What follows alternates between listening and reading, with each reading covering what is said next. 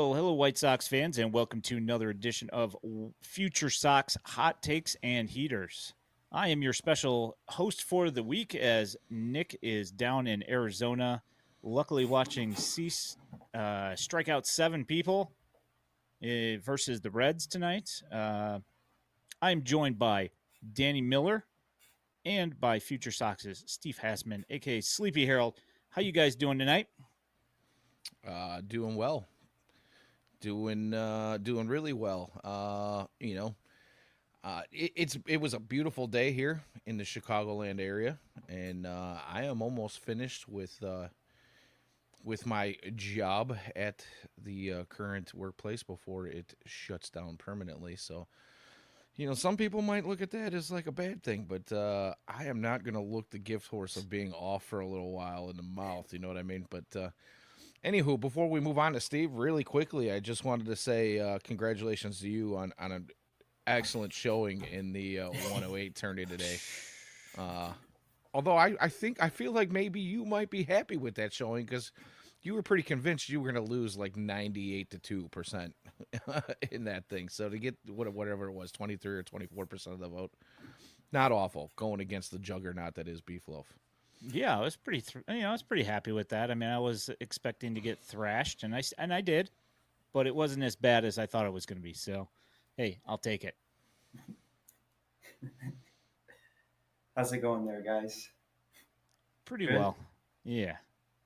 Um. So, as I mentioned, Dylan Cease is rocking it down in Arizona at Goodyear, and he's got seven strikeouts in 3 innings. Gave up a solo shot to Jonathan India, but uh, earlier today, rumors have started flying that the Yankees have looked back into and made an offer apparently to the White Sox for Cease.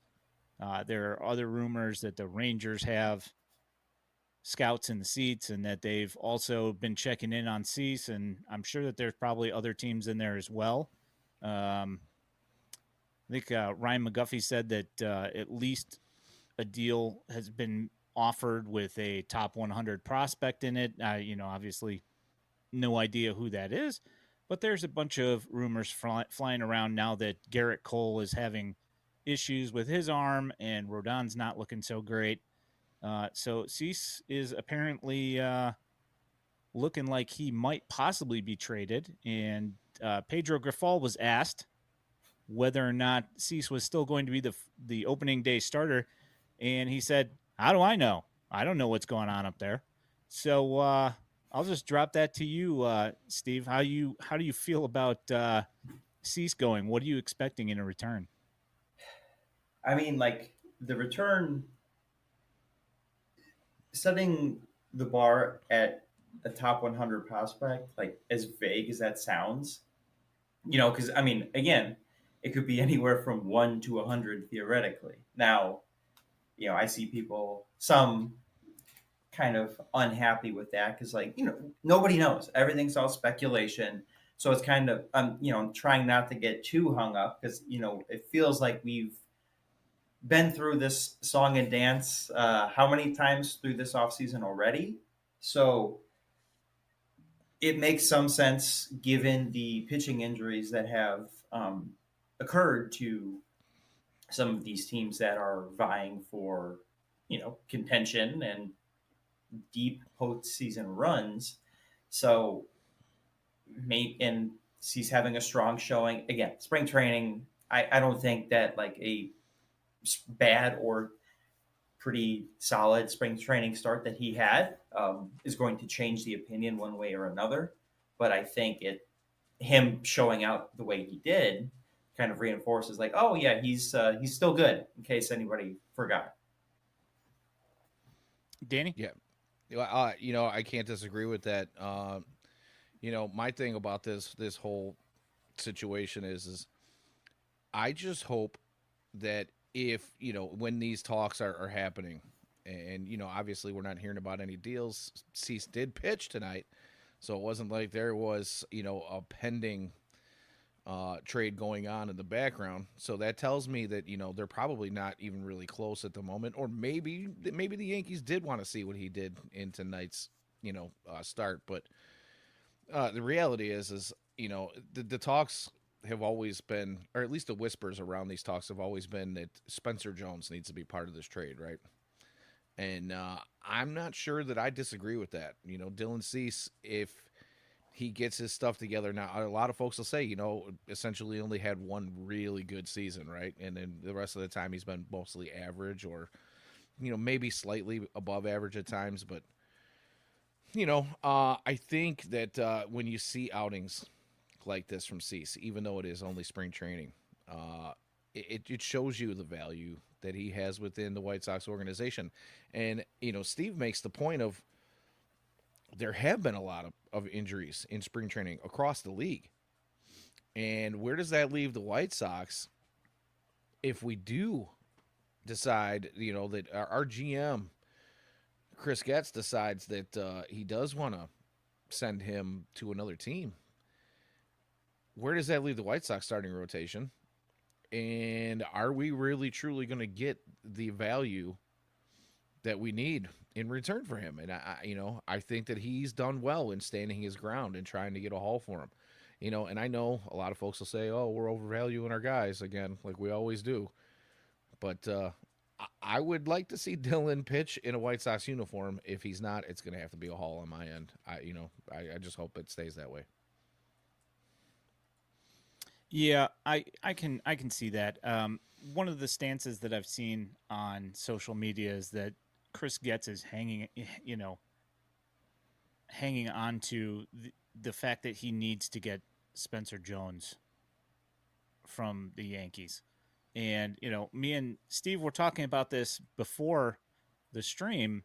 In my opinion, I know what I've seen scouts saying, but I can't help but when I see him and I see his swing and I see the numbers and I see an outfield version of Zach Collins. And Eesh. if if the White Sox, if he is the centerpiece for the trade and he comes back and he's hitting 235 in right field, striking out 175, 180 times in a year, I mean, he will steal some bases when he gets on base, but the strikeouts are high, the walks are not. I think that White Sox fans would probably lose their mind if they see that as the return back. Not to mention, the guy just played a little tiny bit in Double-A. So he's not even really that close. I know that people say that, he's a 30-30 guy. Well, the guy's only hit 20 home runs in the minor leagues, through a season and the end of his senior year of school or his junior year after being drafted. So is this, really a sure thing? I don't think so. And I would much rather go with a higher upside guy personally, even if he is just a little bit farther away. You have any thoughts on that, Sleepy? No, I mean, I would agree. It's like the power potential is great with Spencer Jones just because he is a very large human, like Aaron Judge esque. I think, what, 6'7", I think is I think what he's he checked 6'6", in. but close enough. Close enough, yeah.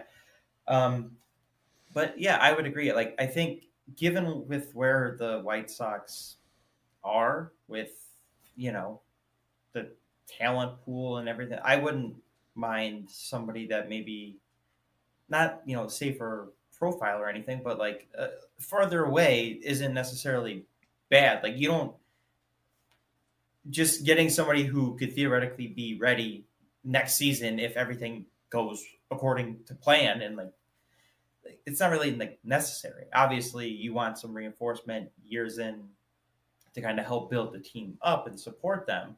But like you could also get that. I know, like with the Yankees at least, like Roderick Arias has been the more popular, bandied about name on the old interwebs, and that's a guy who, yeah, is a bit further away, but there's a lot of at least opinions. If the top 100 thing it is your jam, like that he could shoot up and be top 30, if not higher. So is that something maybe if if the Cease to Yankees route is the way that it goes, like if Spencer Jones is off the table on their end, Roderick Arias, a shortstop, I'm all about the up the middle talent here too. Um, I think that works, and those young guys too. That man, when they're good, like it doesn't matter how young they are. You see, they force the issue and get there quicker than you think. So I wouldn't mind that way. I would kind of lean that way if it was up to me, but it's not. So, Danny, any view for you? What are you thinking? No, I just like the way you're thinking. Obviously, it sounds a little bit like the Rick Hahn thing of keeping that continual pipeline of players going on, and the idea of that was a sound one. Unfortunately, it didn't seem like the White Sox ever got that thing really rolling. But again, I'm going to go back to beating a dead horse here, talking about Mike Shirley as much as we do on this show and his drafts so far, and now the White Sox, at least this offseason, have got themselves some depth. So I wouldn't mind seeing something like that. You're talking about in Arias.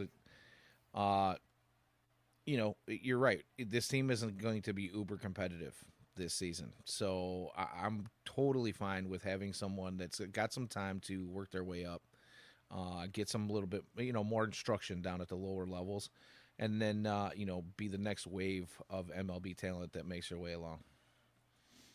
Yeah, I mean, personally, when it comes to a deal when you are dealing from a extreme position, which is what you are when you're dealing a Dylan Cease. This is top of the heap pitching guy. Top 50 pitcher in Major League Baseball, possibly. Depending on the year so far. You have to get, in my opinion, you have to worry about the best possible return that you can get, in my opinion. And I think that, going for somebody that's a little bit closer or prioritizing somebody close isn't necessarily as much of a priority for me as it seems for some fans, because some fans seem to want to worry about whether or not the guy's going to be ready for the beginning of the season next year, and that is like of paramount importance to them. And to me, it's just not. I would rather get a player that is going to be real good than getting a guy that's good enough. And it's like the old saying goes with dating. Looking for Mr. Right, not Mr. Right now. That's like kind of how I feel about this whole thing. So, in the continuing on with the pitching for the White Sox, Jimmy Lambert went or is going. I don't know if he got it yet or not, but he's going for a second opinion on his shoulder. And generally, it's not a good thing when somebody has to go and get a second opinion on something. It either means that somebody told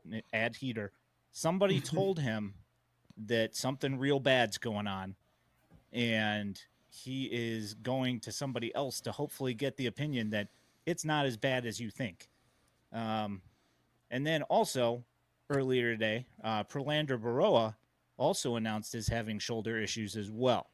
So I think that that's going to put the entire idea of what is going to be in this bullpen into flux going into this season.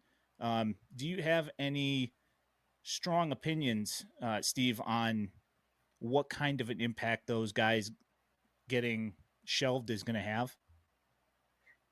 I mean, it would free up a spot or two. I mean, if they're going to be out an extended period of time, you figured they get thrown onto the 60 and, free up a couple 40-man spaces for some of these non-roster invitee minor league deals that they signed. I mean, they signed how many did they? Reliever arms did they bring in? So many. So if anything, it's got like those two guys being out is more impactful, you know, for the non-roster guys. Pedro loved Brian Shaw. He pitched seemingly every day to end last season. So I mean, I know he's been kind of not great during the spring, but like he's a veteran with a track record and whatever. And Pedro liked him, so maybe they just throw him back on. But Dominic Leone, they have cousin, like just name after name of guys that they brought in. I guess break glass in case of emergency. Well, might need to start breaking some glass soon. Yeah. Danny, got any thoughts here? Actually, I kind of wanted to revert to you a little bit on this one, being the resident minor league uh, expert. The only reason I say the only reason, so I'm not trying to take anything away from our cohort Steve here, but as it's been said by many, you probably do more due diligence in watching guys pitch and watching the minor league players than maybe anybody on White Sox Twitter. And I've even made the joke of, possibly some of our scouts. But Unfortunate.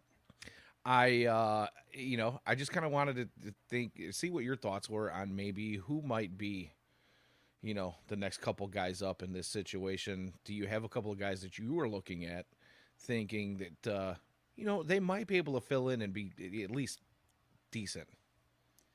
So, kind of my thought on this whole thing in general has kind of been that I don't think that they're looking to have really any of the minor league guys in the bullpen to start the year. I know that Elijah Evans is campaigning for Leisure, and some of the other guys have made some good showings. But with the amount of NRIs that they signed, and most of those guys that they signed are guys that came off of career worst years. And I think that if, somehow Brian Bannister can work some magic to keep some of those guys around, that they're going to figure out a way to move around the 40-man roster to make it work. And I think that unfortunately, it's looking like the 60-day IL is going to be a perfect maneuvering piece for that kind of inaction with the roster. And I don't know. I mean, I would love to see Jordan Leisure out there to start, right out of the gate, but I kind of don't see that happening. And I think that most of the other guys that are minor league guys that would have to be brought up, I think that the White Sox probably have, in their mind, a thought that they're probably going to at least start the year in AAA or wherever they get assigned to. You have any feelings on that, Steve? No, I mean I agree with the way you're thinking. That seems to be the path they've taken with, like you said, bringing in all these non-roster invitees, and it kind of making, instead of how with the previous regime it was just kind of hand over space to young guy because it's needed. It seems like the approach, at least from to start, is make young players earn the call up.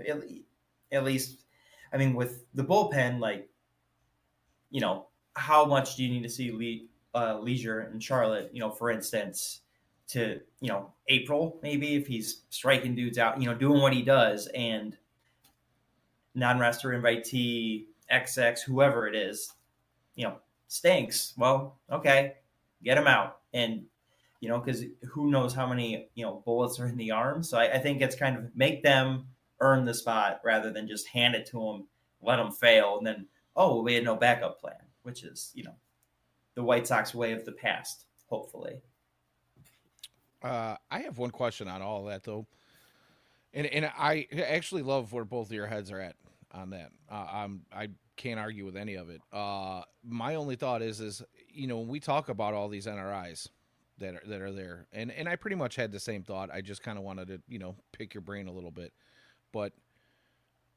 when we talk about these NRIs, and you mentioned that most of these guys are coming off of career worsts last year.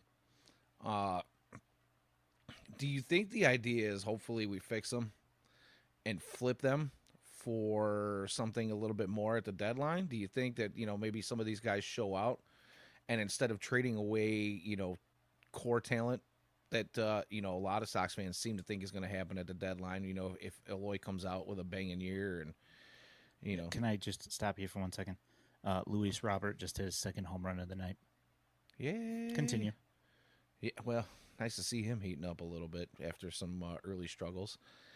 But no, the thought that when you mention these NRIs to me is that maybe they think they can get some value out of these guys at the deadline to continue building towards a more complete team next year and after. And I just kind of want to see if that was maybe a thought you were having as well. Yeah, I mean, I don't see why not. If you can take something off of the scrap heap and turn it into something that somebody else wants, and you can get something useful out of that, that's living the dream. Especially, in living in reliever world, it certainly is a much more desirable way for this team to operate than spending 35 to 40% of your payroll on relievers. And I think we can all agree on that. Well, I mean, it's not like they didn't spend, like $30 million on the bullpen again. It just happens to be on 30 different guys instead of like 6. That is the White Sox way, isn't it? Yes, that's very on brand. Oh, Moustakas homer. Oh, look at Uh-oh. that. Yeah, he's got 2 hits tonight. He's got a Clutch double. He's halfway to the cycle. Clutch Hattrick mentioned in the chat there that they need to free up some room for Brad Keller and Mike Moustakas.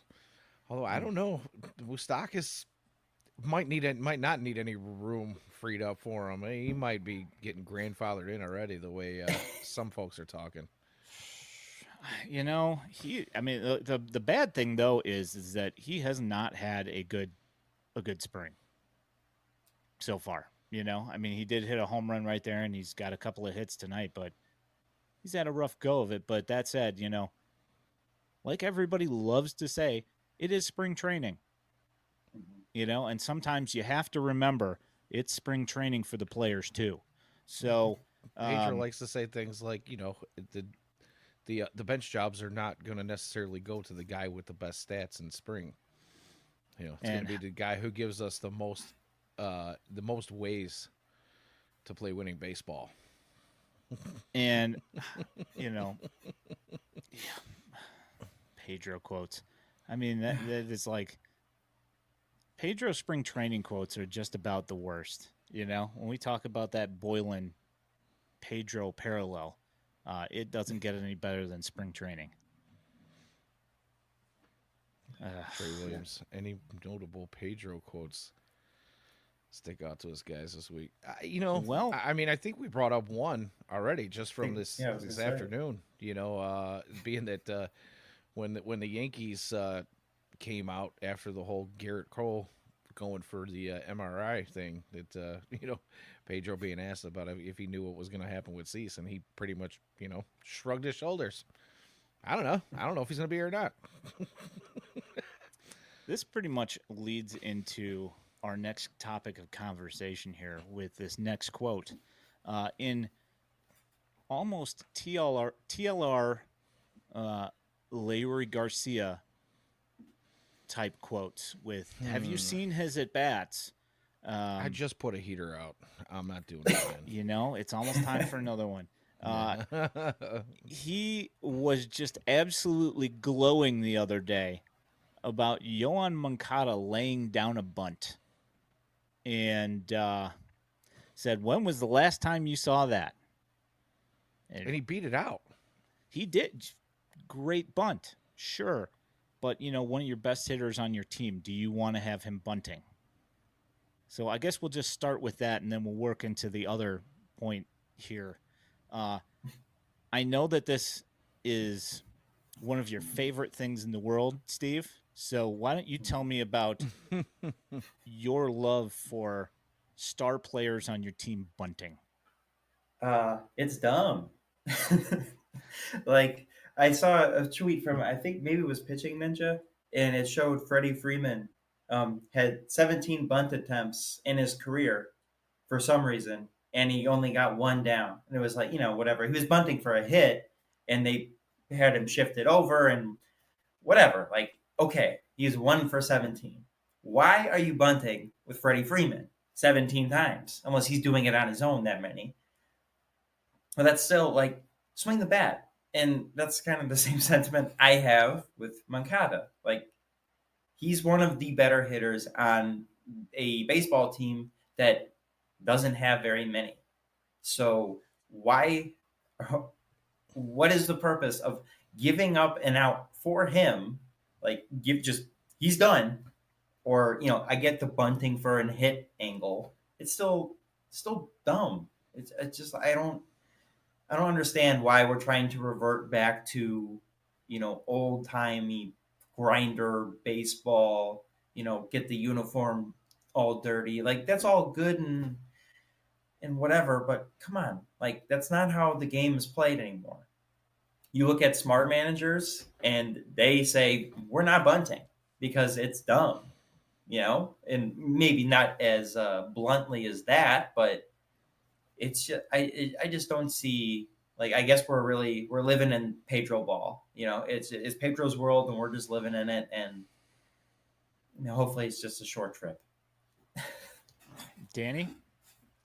Well, do you think Pedro sees all the pining for Ozzie Guillen on White Sox Twitter, and he thinks if he just kind of adapts, Ozzie's words of small ball and makes them his own, that maybe he'll garner some respect from the White Sox fan base that thinks he has no business being here? Because I mean, honestly, Nick and I touched on this. Actually, we talked about it quite a bit last week, and it was Ozzie's whole thing of get him on, get him over, get him in, But the thing is you had guys like Scott Podsednik and Tadahito Oguchi and you had guys that you could get on and get over and steal a base, and you could throw a bunt down, you know what I mean, and make some things happen. But the reality is you're talking about putting Yohan Moncada in possibly the 2 spot because he was begging for it, even though Pedro told him he's got to earn that.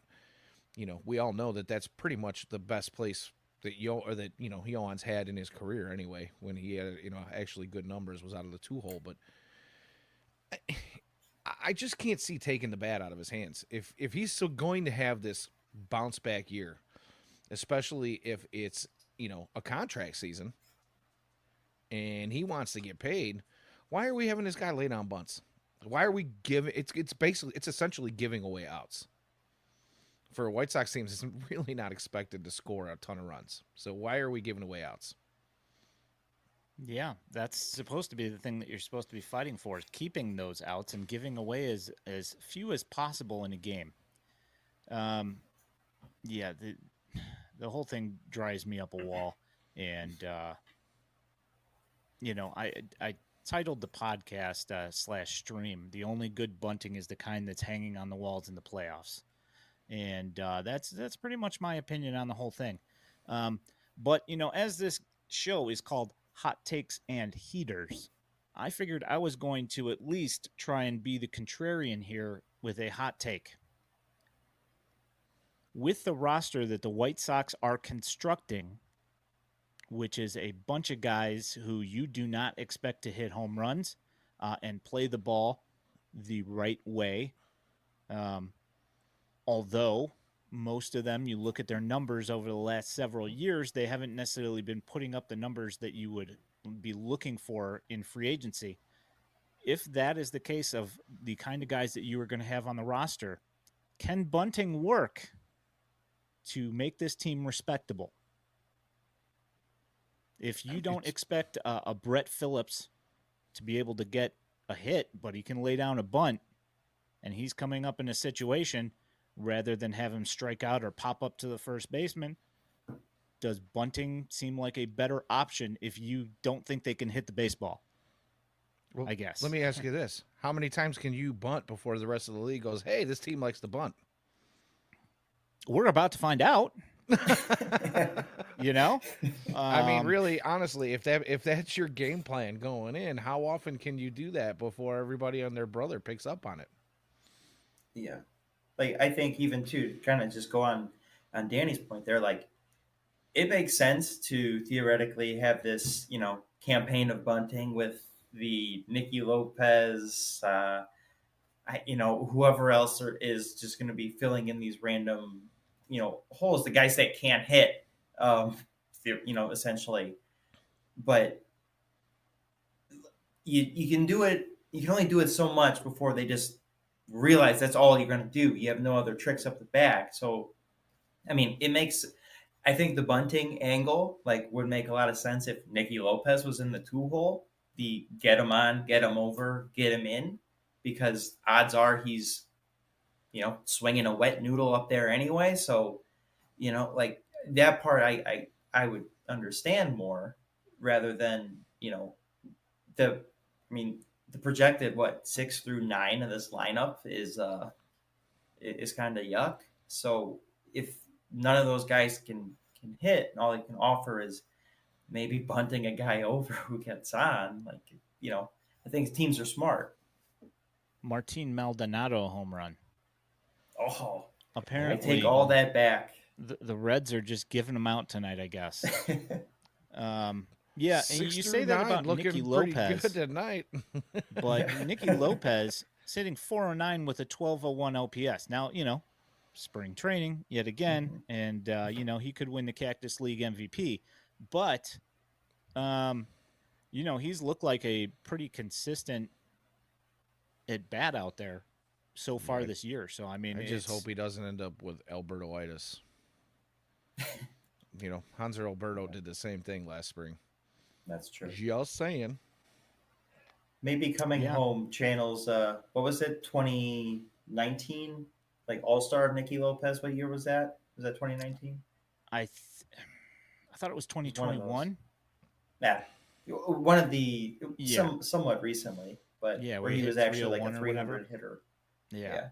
Yeah. No, I would love to see that. And if, he did indeed actually pick up some things in Atlanta that are really going to improve his game. I mean, I know that working with Ron Washington, who was there as the infield, as the bench coach last year, before he got hired by the Angels, that probably played some, paid some nice dividends as well in, his daily work ethic.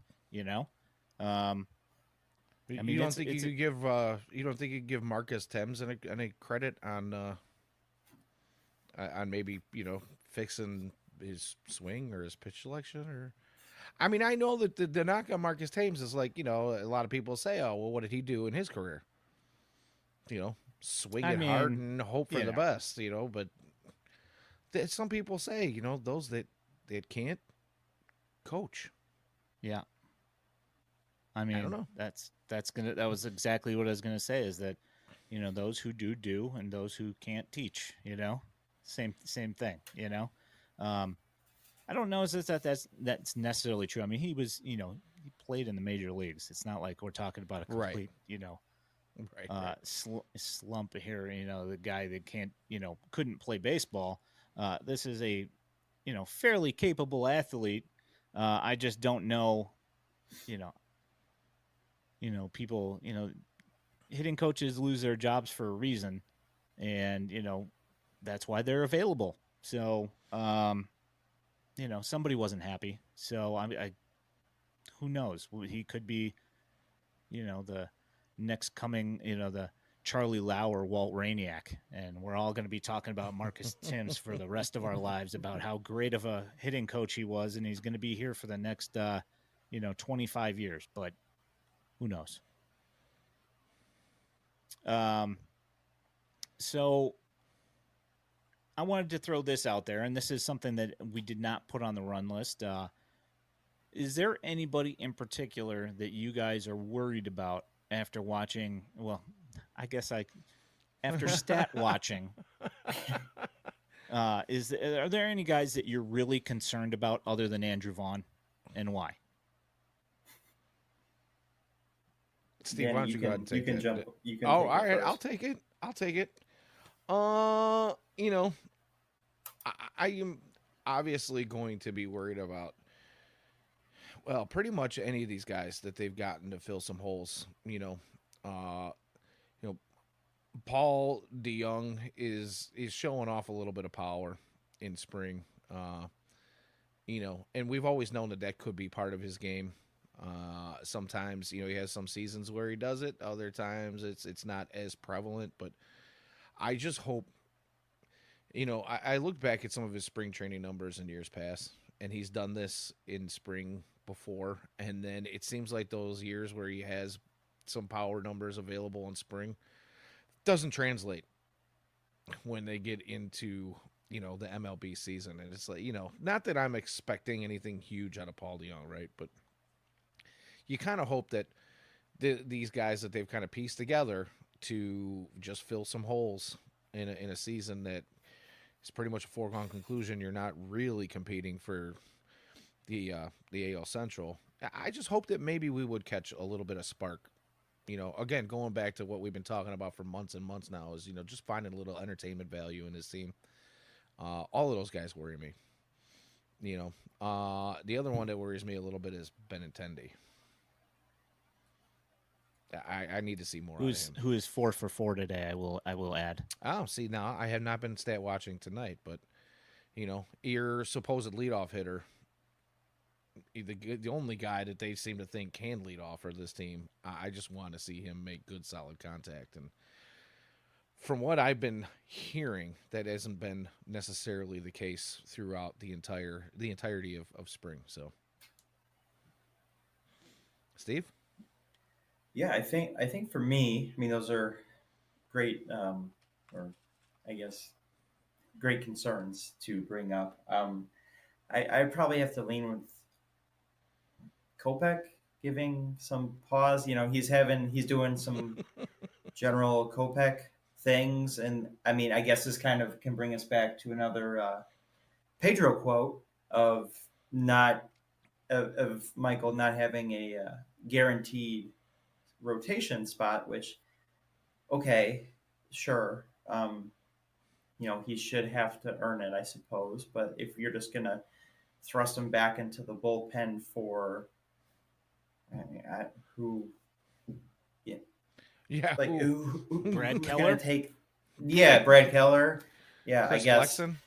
Chris Flexen. I mean, Chris Flexen might just have one, like because who knows? Like that's the If thing Cease is, is gone, yeah, somebody's got Well, to. that's Somebody's true. gonna have to jump in. But even like what the whole that Pedro quote reminded me of. Uh, I don't know if you guys are familiar with the Baseball Isn't Boring podcast with Rob Bradford, but back in January he had Brian Bannister on and talking about the processes and this and that of like taking on this new role with the White Sox. And at the time when Kopech was with the Red Sox, Bannister was there, and he just kind of happened to mention, like within speaking on him, that at that time he thought he would be like like a a very dominant closer and just kind of unprompted. So I'm just kind of curious. That got me thinking then, like, is that the view that he's holding now? Like they're giving Kopech this last ditch effort to show you can cut it like this, or you know you're going back to the pen and you got closer stuff. We just got to hone it in. Like that kind of, I've been kind of, working with this like throughout the spring. And, again, what his recent start, what he had a bad first inning, and I last two don't, was that a starts. game we could watch? I don't know. Like, I don't think so. At least the Um, first one was. The one side. the one that saw, I think the most recent we couldn't, but I just saw like, I thought it was. You know what it was? I think it was a webcast. Yeah, there we go. Okay, got to fire that up. Somebody else's Yeah, webcast. Kopech, Well, it becomes available afterwards, like several hours afterwards. So, Okay. but like the weird thing about the webcast is like you go to try and find the game and it doesn't populate in the watch category. Like you actually have to go to the home site for that team to watch the webcast. which to me is like, let's go out of our way to make our product as inaccessible as possible. Yeah. Yeah. So That's been a topic of uh-oh. ours in a while. Uh-oh. When Yeah, Ken just Rosenthal is posting an article about your picture that you pretty much, He may be good as gone. yeah, he might be on his way out of town. saying Yeah. Texas was um, early Tuesday. He had heard this is the opening line. Not spoiling it for anybody, but he heard Texas might be close to acquiring Cease, and Okay. probably not good for him to sit here and read an article while doing a live podcast. But I mean, I mean, we talked about this off stream before the show. We were talking about, like I had mentioned Justin Foscue, and you had mentioned Sebastian Walcott, and there are some guys that are certainly worth looking at in the Rangers farm system. I mean, they have some nice talent in the top half of their system that I would not be angry about getting. No. So I'm here for it. Absolutely. So, really quickly, can we just get back to the Michael Kopech thing? Sure. And I know I hear what you're saying, Steve, about do you want to take Pedro's quotes and say, okay, well, if he doesn't have an automatic rotation spot, and a lot of us have talked about the fact that you probably don't want him in the bullpen either if he's starting these. His starts are shaky for the first 20 or 25 pitches coming out. Is that indicative of what you want out of a bullpen spot in any situation, whether it's long relief or setup man or closer? That's not the type of it's not the type of bullpen you want to have, right? So my question is what do you guys think? So I've heard it thrown around there, and I went to look it up, and I can't remember what I found, but does he not have at least one option available? And if he does, why would you not use that? Do you think that's a bad move to take a guy who's been touted as a almost a shoe-in for your rotation and has been in your rotation for the last couple of seasons? Do you think it's a bad idea to option him with that left? Yeah, I don't know. I mean, did you look up the option years, Steve? This says he has 3 on Fangraphs, so That's what I say. I don't it would think make he's ever sense if been you're sent trying to down, get right? him. Yeah, if you're trying to get him right, but I don't. If he doesn't crack the opening day rotation, and you don't want to thrust him into a reliever role, send him to Charlotte with specific things to work on, or Birmingham even. I don't like because pitching in Charlotte is tough. I was But gonna like say I don't even know I would mean, it's send just him to Charlotte. yeah, He it's gives just up fly balls. He's not a ground yeah, ball pitcher, yeah. so sending him to Charlotte's probably the worst thing that you could probably do. But I mean, he did spend plenty of time in Charlotte on his ascent to the majors in the first time. So I And he mean, I was can't good really that time say. around. Yeah. You know, So Trey asked, when do you just pull the plug on Kopech? And I don't. I mean, it depends. I think that it depends on what you mean by pulling the plug. Now, if you talk about just saying, we're just going to get rid of him.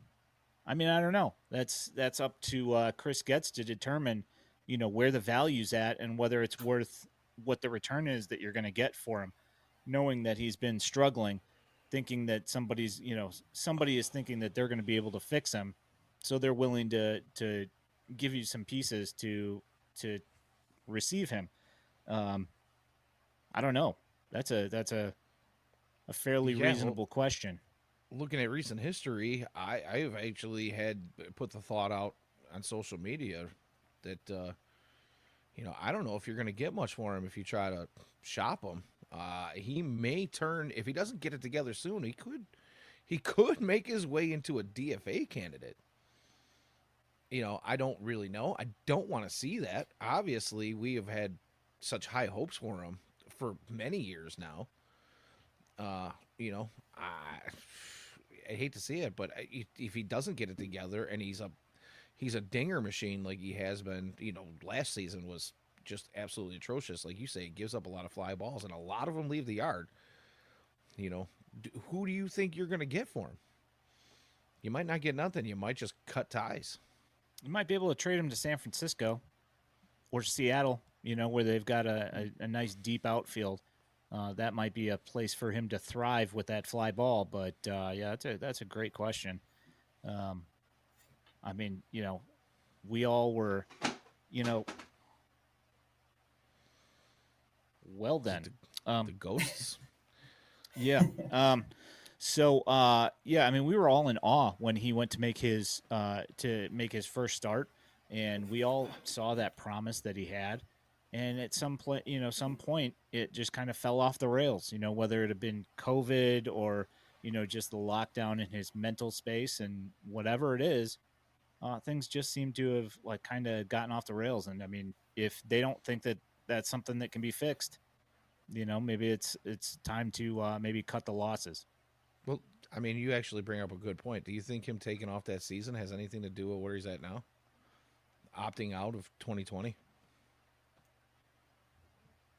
Because I well, mean, he would have been coming back because he had Tommy John at the end of 2018, right?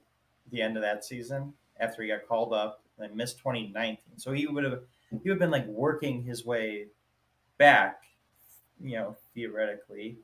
So like to say like, and he just skipped out on the season because it was weird. But yeah, I don't like. It'd be kind of it's hard to say, like how much because I'm certainly didn't help. I could only imagine. Um, but like it would have been some weird probably innings limit, slow build up type situation. I know they said they could have thrown him in the bullpen, but then he didn't. And he, I don't know, went on. It's yeah. I mean, I think not pitching, and it was what effectively like almost 2.5 years like off. I'm sure It that just kind of makes me threw things out of wonder if whack. Yeah, it played a role in where he's at today. And, you know, the other part of that question, I guess, and the reason I ask it is maybe it's just going to take him that much longer to get back into swing of things. And maybe we do see a good Michael Kopech. I don't really know. yeah. Doesn't look Well, like because that I so mean, we far saw him. this spring. Yeah, well, we did see him function as like a good reliever, So like it is there, just something went wrong. So it's like, do they think they can at least get him back to that? And then at at worst, which isn't like, it's not. It's better than nothing, but it's given to where he was to like to maybe set up guy. Like ideally, he could be like a shutdown closer, and then like okay, that's at least a positive outcome in my eyes. But like that, yeah, it's just tough. Got to throw Maybe strikes. That's the main thing. yeah, if you If can't he's throw strikes, right. yeah, that's kind of the thing, is that a lot of people talk about putting him back in the bullpen. You don't know if the Michael Kopech of 2022 that was pitching in the bullpen and looked good, you don't know if that's the guy that you're going to get in 2024. I mean, you're looking on the other side of like two knee injuries, and last year was really rough for him. And watching him in spring training so far, the command's been rough. So I don't know what you're going to get. And assuming that putting him in the bullpen is going to be the magic pill that fixes him seems like a strange, journey from A to B from looking at what he has been doing to assume that he's going to get back to what he was and just all of a sudden be some sort of shutdown reliever, like, in the corn game. So, I got a question. So what do you guys make of the enemy of the state, Brad Keller, being signed by the White Sox Oh, to the NRI deal? And now it's also coming up in the Ken Rosenthal article that the White Sox are looking at adding Michael Lorenzen to the White Sox staff. Did you guys find it odd that Lorenzen's still looking for work, being kind of like in that middle tier where he shouldn't be expecting, $20 million a year, that he's still out there considering how he pitched last year is pretty productive. Yeah, I think that is kind of strange, actually.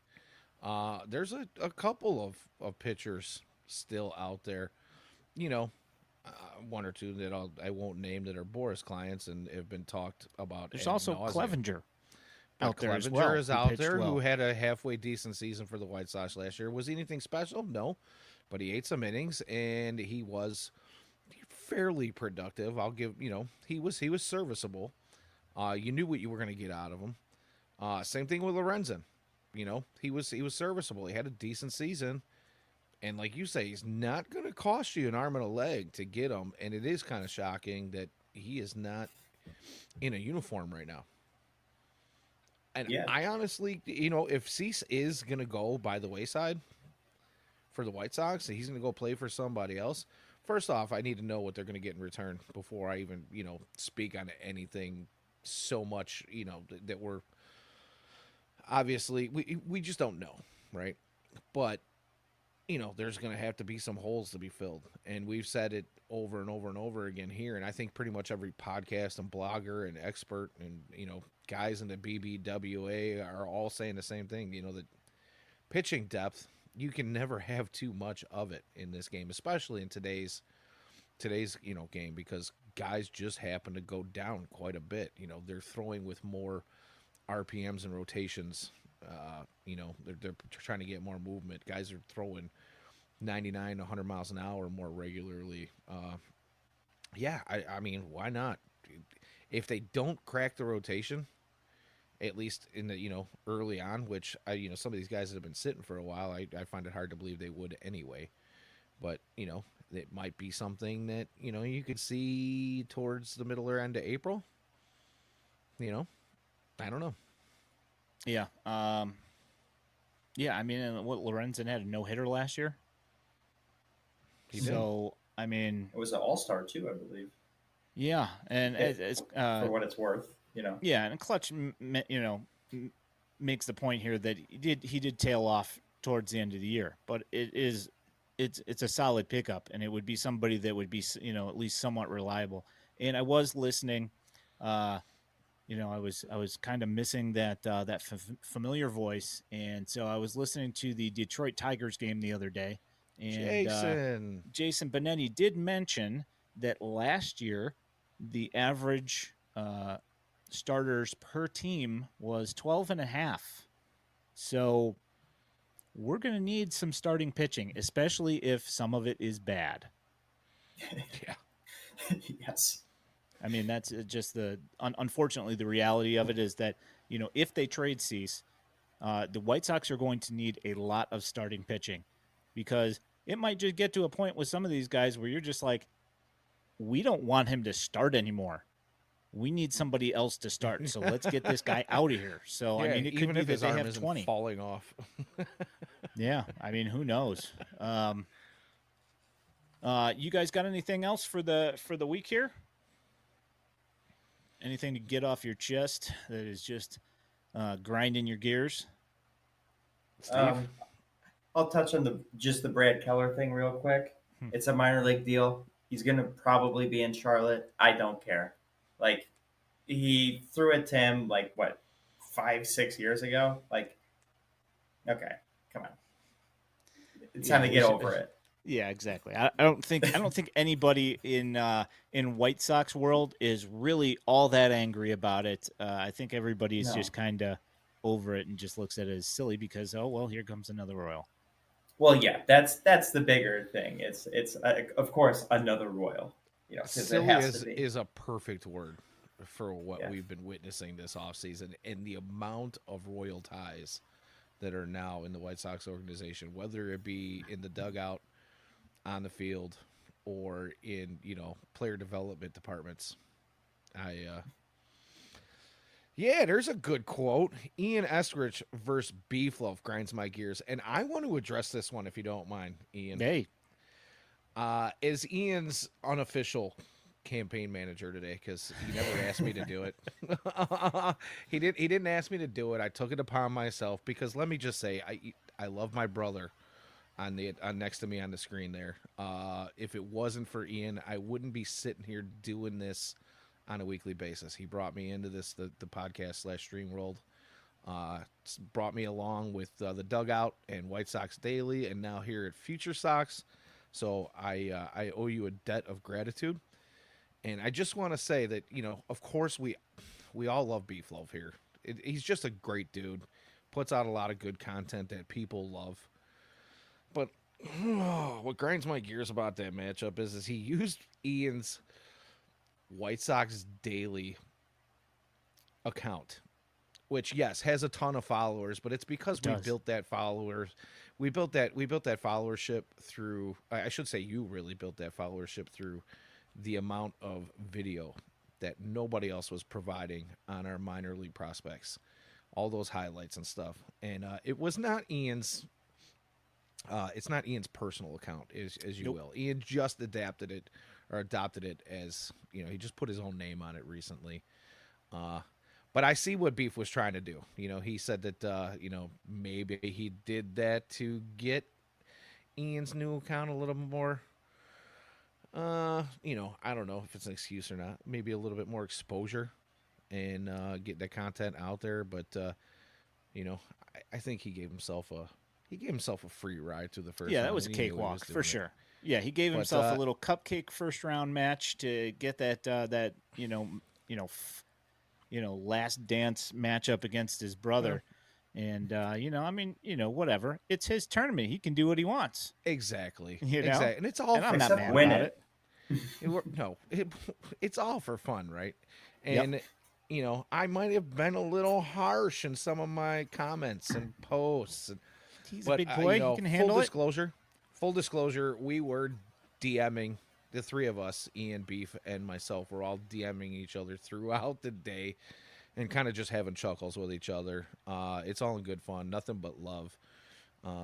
Ian did put up a decent showing, like I said earlier in the show. You might look at it on paper and say it was a shellacking, but it was.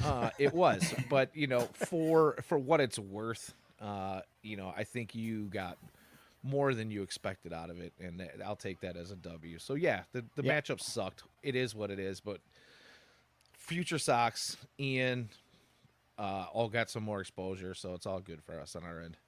Yep, that is exactly what I said, Trey. As soon as he pulled up the first bracket, and I just happened to be looking in the bottom corner of it when I brought it up, and I saw my name, and I was like, oh, what am I doing there? And I was like, oh, I'm going against Beef Loaf. Killer. So brutal.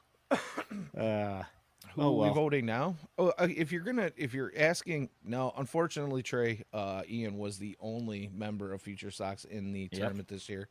Yeah, pretty crazy. I was expecting at least this, I was expecting Sleepy to be in there, to be honest, and I was thinking maybe that you might make it in there as well. No, here's the thing, and I knew in my mind, I thought there was no chance I'd make it because, I had taken, outside of retweeting our video and our podcast stuff, I don't do a ton on, I don't do a ton on social media. So I wasn't expecting a lot. I have been trying to get a little bit more out there in social media because I just want to help myself and the brand here. And, I'm getting back into things, but I'm glad that I wasn't because I don't think anybody really knows who I am. You're working on it. I mean, I'm in the same boat. Now, so that's why it was so laughable. But hey, it was fun anyway. So, yeah, exactly. Put me in the NIT. Yeah, I think Pat Hester and Nick Morawski said that they were going to make the NIT version of this tourney. So maybe you'll get a seat in there. There we go. All right, cool. All right, you guys good? Yeah, I think so. Yeah, right. Absolutely. So FutureSox asked who we're voting for. I started to answer that question, and in true Danny form, went off on a tangent. Oh, who are we supporting now? Yeah, so this is going to be an unpopular opinion, but I'm one of those folks who, if I'm watching, let's say, playoffs in football, baseball, hockey, whatever it is, might be. And my favorite team gets knocked out, I generally root for the team that knocked them out because I feel like if that's the team that beat us and they win the whole thing, well, then we were just beat by the better team.